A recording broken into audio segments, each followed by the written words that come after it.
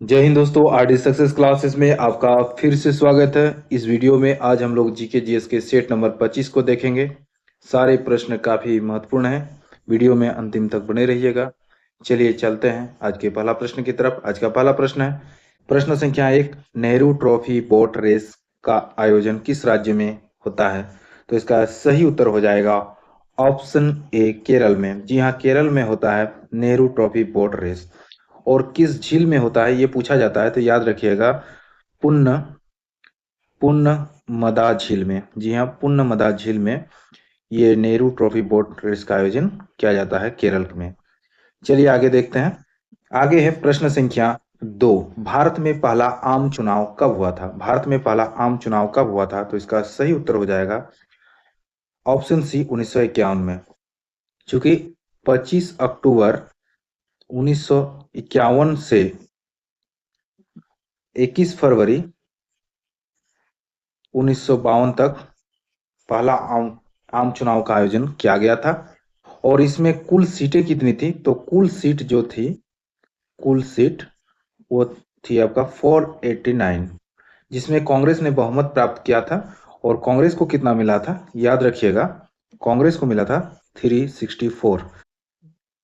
आगे है प्रश्न संख्या 3, सुल्तान जोहर कप किस खेल से संबंधित है? सुल्तान जोहर कप किस खेल से संबंधित है? तो इसका सही उत्तर होगा फील्ड हॉकी से। जी हाँ, फील्ड हॉकी से सुल्तान जोहर कप संबंधित है। और ये सुल्तान जोहर कप किस देश में आयोजित किया जाता है? तो ये भी पूछा जाता है, याद रखिएगा, मलेशिया में। जी हाँ, इस खेल का आयोजन मलेशिया में होता है। प्रश्न संख्या 4, ओलंपिक दिवस किस तिथि को मनाया जाता है? ओलंपिक दिवस किस तिथि को मनाया जाता है? तो इसका सही उत्तर हो जाएगा ऑप्शन सी, 23 जून को। जी हाँ, 23 जून 1896 को अंतर्राष्ट्रीय ओलंपिक समिति, इंटरनेशनल ओलंपिक कमेटी का गठन किया गया था। स्थापना हुआ था, कहाँ पर हुआ था? पेरिस में। पेरिस में हुआ था, इसीलिए 23 जून को ओलंपिक दिवस के रूप में मनाया जाता है। आगे है प्रश्न संख्या 5, साइलेंट वैली आंदोलन किस प्रकार के पारिस्थितिक तंत्र के विनाश को रोकने के लिए एक अभियान था? तो इसका सही उत्तर हो जाएगा ऑप्शन बी, सदाबहार वन। जी हाँ, सदाबहार वर्षा वन के विनाश को रोकने के लिए साइलेंट वैली आंदोलन एक प्रकार का अभियान था। आगे है प्रश्न संख्या 6, भारत का राष्ट्रीय stock exchange, national stock exchange कब स्थापित किया गया था? तो इसका सही उत्तर होगा ऑप्शन ए, 1992 में। उसके बाद पूछा जाता है कि बॉम्बे स्टॉक एक्सचेंज की स्थापना कब कब किया गया था? बॉम्बे स्टॉक एक्सचेंज, इसकी स्थापना कब किया गया था? तो 1875 में। यह भारत का ही नहीं बल्कि एशिया का भी सबसे पुराना स्टॉक एक्सचेंज था, अभी भी है बॉम्बे स्टॉक एक्सचेंज। अगला है प्रश्न संख्या 7, बोरलॉग पुरस्कार से सम्मानित प्रथम भारतीय महिला कौन थी? बोरलॉग पुरस्कार से सम्मानित प्रथम भारतीय महिला कौन थी? तो इसका सही उत्तर होगा option B, doctor Amrita Patel. प्रश्न संख्या 8, ग्रैमी पुरस्कार पाने वाले प्रथम भारतीय कौन है? ग्रैमी पुरस्कार पाने वाले प्रथम भारतीय कौन है? तो पंडित रविशंकर ग्रैमी पुरस्कार पाने वाले प्रथम भारतीय हैं। और पंडित रविशंकर किस वाद्य यंत्र से संबंधित हैं? तो सितार से, सितार से। आगे प्रश्न संख्या 9, नूनमाटी तेल शोधक कारखाना कहाँ स्थित है? नूनमाटी तेल शोधक कारखाना कहाँ स्थित है? तो इसका सही उत्तर हो जाएगा ऑप्शन बी, असम में। प्रश्न संख्या 10, मचकुंड जल विद्युत परियोजना किन दो राज्यों के बीच स्थित है? तो इसका सही उत्तर हो जाएगा मचकुंड जल विद्युत परियोजना जो है वो ओडिशा और आंध्र प्रदेश के बीच स्थित है। ऑप्शन बी सही उत्तर।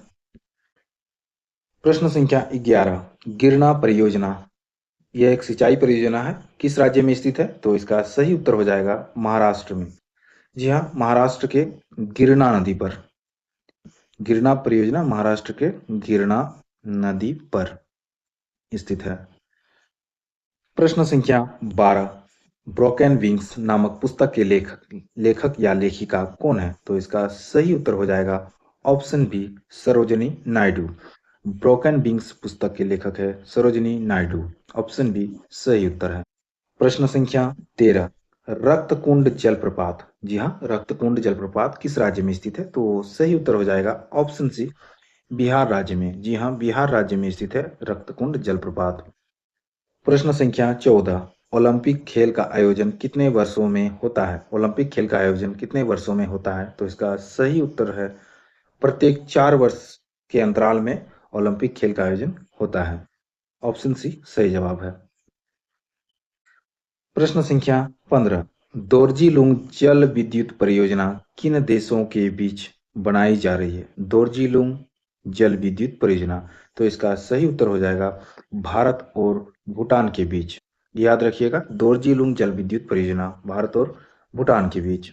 आगे है प्रश्न संख्या 16, कौन सी नदी तिब्बत में मानसरोवर झील से होकर सिपकिला दर्रा से गुजरती है? तो इसका सही उत्तर हो जाएगा सतलुज नदी। जी हाँ, सतलुज नदी। ऑप्शन डी बिल्कुल सही जवाब है। प्रश्न संख्या 17, 2011 की जनगणना के अनुसार कौन सा भारतीय राज्य सबसे ज्यादा शहरीकृत है? तो इसका सही उत्तर हो जाएगा सबसे ज्यादा शहरीकृत राज्य है गोवा। ऑप्शन डी बिल्कुल सही जवाब होगा।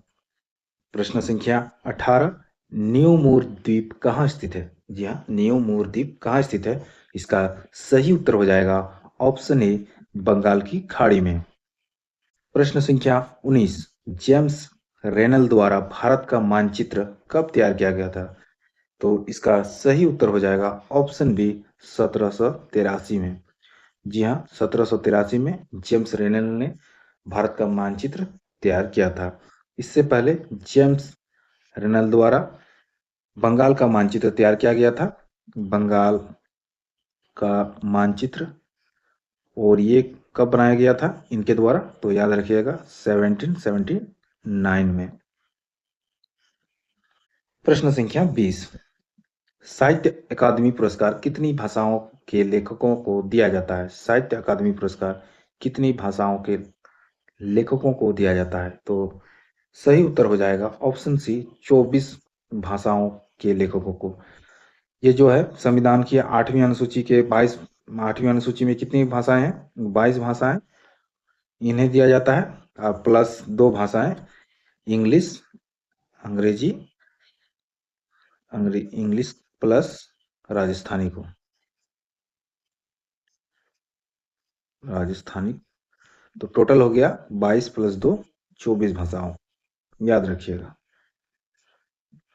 प्रश्न संख्या 21, बसोहली महोत्सव कहाँ आयोजित किया जाता है? तो इसका सही उत्तर हो जाएगा ऑप्शन डी जम्मू कश्मीर में। जी हाँ, जम्मू एंड कश्मीर के कठुआ जिले में। कहाँ पर आयोजित किया जाता है? जम्मू कश्मीर के कठुआ जिले में बसोहली महोत्सव आयोजित किया जाता है। याद रखिएगा। प्रश्न संख्या 22, M S Swaminathan the man who fed India पुस्तक के लेखक कौन है? तो इसका सही उत्तर हो जाएगा ऑप्शन ए प्रियंबदा जय कुमार। प्रियंबदा जय कुमार, ऑप्शन ए सही हो जाएगा। प्रश्न संख्या 23, प्रश्न संख्या 23 में है यू थॉट कप का संबंध किस खेल से है? तो यू थॉट कप का जो संबंध है, यू थॉट कप का संबंध है टेबल टेनिस से। ऑप्शन ए बिल्कुल सही जवाब है। प्रश्न संख्या 24, संघ लोक सेवा आयोग के प्रथम अध्यक्ष कौन थे? संघ लोक सेवा आयोग के प्रथम अध्यक्ष कौन थे? इसका सही उत्तर हो जाएगा option B Sir Ross Warker. प्रश्न संख्या 25, सिकंदर महान का गुरु कौन था? तो सिकंदर के गुरु थे ऑप्शन डी अरस्तु। जी हाँ, सिकंदर के गुरु कौन थे? अरस्तु। सिकंदर के गुरु अरस्तु। अरस्तु के गुरु कौन थे? तो अरस्तु के जो गुरु थे वो थे प्लेटो। जी हाँ, अरस्तु के गुरु प्लेटो। प्लेटो के गुरु कौन थे? तो प्लेटो के गुरु थे सुकरात। प्लेटो के गुरु सुकरात। चलिए, ये था आज का महत्वपूर्ण 25 प्रश्न जो आगामी आने वाली परीक्षाओं के लिए काफी महत्वपूर्ण है। चलिए मिलते हैं ऐसे ही एक महत्वपूर्ण प्रश्नों के सेट के साथ। तब तक के लिए नमस्कार, जय हिंद।